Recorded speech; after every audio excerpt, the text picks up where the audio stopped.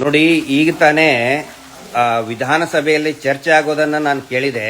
ಏನು ಅಂತ ಹೇಳಿದ್ರೆ, ಬಹುಶಃ ಇವರಿಗೆ ಮಾತನಾಡೋಂಥವ್ರು ಇರುವಂತ ಯಾರು ಸುರೇಶ್ ಕುಮಾರ್ ಅವರು ಇರ್ಬೋದು, ಆನಂತರ ಆರ್ ಅಶೋಕ್ ಅವರು ಇರ್ಬೋದು, ಬಹುಶಃ ಬುದ್ಧಿ ಎಲ್ಲಿಟ್ಟಿದಾರೋ ನಮಗೆ ಗೊತ್ತಿಲ್ಲ. ಅವ್ರು ಹೇಳ್ತಾ ಇದ್ದಾರೆ, ನಿನ್ನೆ ಪ್ರೆಸ್ ಮೀಟ್ ಮಾಡಿ ಮಹೇಶ್ ಶೆಟ್ಟಿ ತಿಮ್ಮರೋಡಿ ಅವರು ಹೇಳಿದ್ರಂತೆ, ಸಿದ್ದರಾಮಯ್ಯ ಅವರು ಸಿಎಂ ಅವರು 24 ಕೊಲೆ ಮಾಡಿದ್ದಾರೆ, ಅವ್ರ ಮೇಲೆ ಯಾಕೆ ಕ್ರಮ ಕೈಗೊಂಡಿಲ್ಲ ಅಂತ ಹೇಳಿ ಸದನದ ಪಾವಿತ್ರ್ಯತೆಯನ್ನ ಕಾಯ್ಕೋಬೇಕು. ಅವರು ಎಷ್ಟು ಸುಳ್ಳು ಹೇಳ್ತಾ ಇದ್ದಾರೆ ಅಂತ ಹೇಳಿದ್ರೆ, ಆ ಸ್ಟೇಟ್ಮೆಂಟ್ ಅನ್ನ ಮಹೇಶ್ ಶೆಟ್ಟಿ ತಿಮ್ಮರೋಡಿ ಅವರು ಕೊಟ್ಟಿದ್ದು 2023 ಚುನಾವಣೆ ಟೈಮ್ ಅಲ್ಲಿ.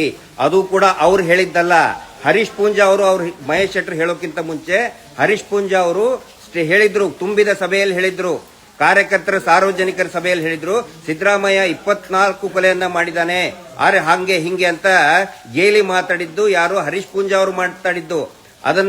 ಅದಕ್ಕೆ ಪ್ರತ್ಯುತ್ತರವಾಗಿ ಮಹೇಶ್ ಶೆಟ್ಟಿ ತಿಮ್ಮರೋಡಿ ಅವರು, ಹರೀಶ್ ಪೂಂಜಾ ಅವರು ಈ ಕ್ಷೇತ್ರದ ಶಾಸಕರಾದಂತವರು, ಅವರು ಈ ತರ ಹೇಳಿಕೆ ಕೊಟ್ರೆ ನಾವು ಮತ್ತೆ ನಂಬಬೇಕಲ್ಲ. 24 ಕೊಲೆ ಈ ರಾಜ್ಯದ ಮುಖ್ಯಮಂತ್ರಿ ಮಾಡಿದ್ದಾರೆ ಅಂತ ಹೇಳಿದ್ರೆ, ನಮ್ಮ ಶಾಸಕರು ಹೇಳಿದ್ರೆ ನಾವು ನಂಬಬೇಕಾಗುತ್ತೆ. ಹೌದು, ನಾವು ಹೇಳ್ತೇವೆ ಅಂತ. ಆದ್ರೆ ಹರೀಶ್ ಪೂಂಜಾ ಅವರು ಹೇಳಿದ ಸತ್ಯನ ಸುಳ್ಳ, ಎರಡರಲ್ಲಿ ಒಂದಾಗಬೇಕು. ಹರೀಶ್ ಪೂಂಜಾ ಅವ್ರನ್ನ ಏನೋ ರಾಜೀನಾಮೆ ಕೊಡಬೇಕು, ಒಂದ್ ವೇಳೆ ಸುಳ್ಳ ಆದಂತ ಹೇಳಿದ್ರೆ, ಅದು ನಿಜ ಆತಂತ ಹೇಳಿದ್ರೆ ಸಿದ್ದರಾಮಯ್ಯ ಅವ್ರ ಮೇಲೆ ಆಕ್ಷನ್ ತಗೊಳ್ಬೇಕು ಅನ್ನೋ ಅರ್ಥದಲ್ಲಿ ಮಾತಾಡಿದ್ದಾರೆ. ಹೇಳಿದ್ದು 2023ರಲ್ಲಿ. ದಯವಿಟ್ಟು ಇದನ್ನ ನಿನ್ನೆ ಪ್ರೆಸ್ ಮೀಟ್ ಮಾಡಿದೆ ಅಂತ ಹೇಳಿ ಸುಳ್ಳು ಹೇಳ್ತಾ ಇದ್ದಾರೆ ಆರ್ ಅಶೋಕ್ ಅವರು. ಆನಂತರ ಸುರೇಶ್ ಕುಮಾರ್ ಅವರು ಈ ಸುಳ್ಳು, ಈ ಜಾಲತಾಣಗಳಲ್ಲಿ ಬಂದಂತಹ ಕಟ್ ಎಡಿಟ್ ಪೇಸ್ಟ್ ಅವುಗಳನ್ನ ನಂಬಿಕೊಂಡು ವಿಧಾನಸಭೆಯಲ್ಲಿ ಚರ್ಚೆ ಮಾಡ್ತಾರೆ ಅಂತ ಹೇಳಿದ್ರೆ, ಇವರ ಮೇಲೇನೆ ಈ ಶಾಸಕರುಗಳ ಮೇಲೆ, ಅನಂತರ ಡಿ.ಕೆ. ಶಿವಕುಮಾರ್ ಅವರು ಹೇಳಿಕೆ ಕೊಟ್ಟಿದ್ದಾರೆ. ಡಿ.ಕೆ. ಶಿವಕುಮಾರ್ ಅವರು, ಆರ್ ಅಶೋಕ್ ಅವರು ಮತ್ತೆ ಸುರೇಶ್ ಕುಮಾರ್ ಅವ್ರ ಮೇಲೆ ಕ್ರಮ ಕೈಗೊಳ್ಳಲೇಬೇಕಾಗುತ್ತೆ. ಅವ್ರ ಮೇಲೆ ದೂರನ್ನು ಕೂಡ ಮಹೇಶ್ ಶೆಟ್ಟಿ ತಿಮ್ಮರೋಡಿ ಅವರು ಕೊಡ್ತಾ ಇದ್ದಾರೆ. ಆನಂತರ ಇನ್ನೊಂದು 2-3 ಟಿವಿ ಚಾನೆಲ್ ನಲ್ಲಿ ಭೀಮಾ ಹಂಗ್ ಹೇಳಿದ ಹಿಂಗ್ ಹೇಳಿದ ಅಂತ ಹೇಳ್ತಾ ಇದ್ದಾರೆ.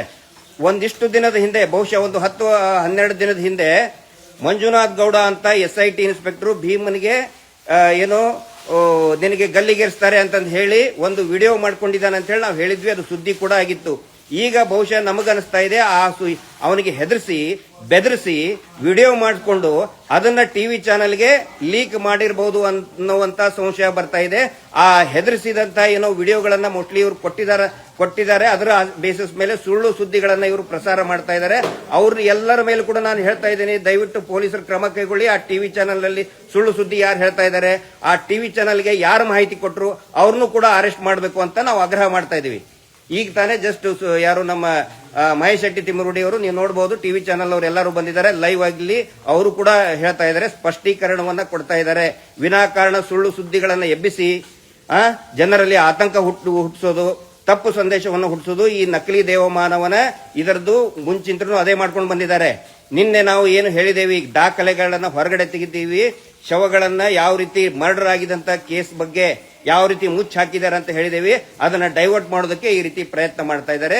ಈ ರೀತಿ ಆಗಬಾರ್ದು. ಯಾರು ಸುಳ್ಳು ಸುದ್ದಿಗಳನ್ನ ಮಾಡ್ತಾ ಇದ್ದಾರೆ ಅವರೆಲ್ಲರ ಮೇಲೂ ಕೂಡ ಕ್ರಮ ಕೈಗೊಳ್ಳಬೇಕು ಅಂತ ನಾನು ವಿನಂತಿ ಮಾಡ್ಕೊತಾ ಇದ್ದೇನೆ. ನಮಸ್ತೆ.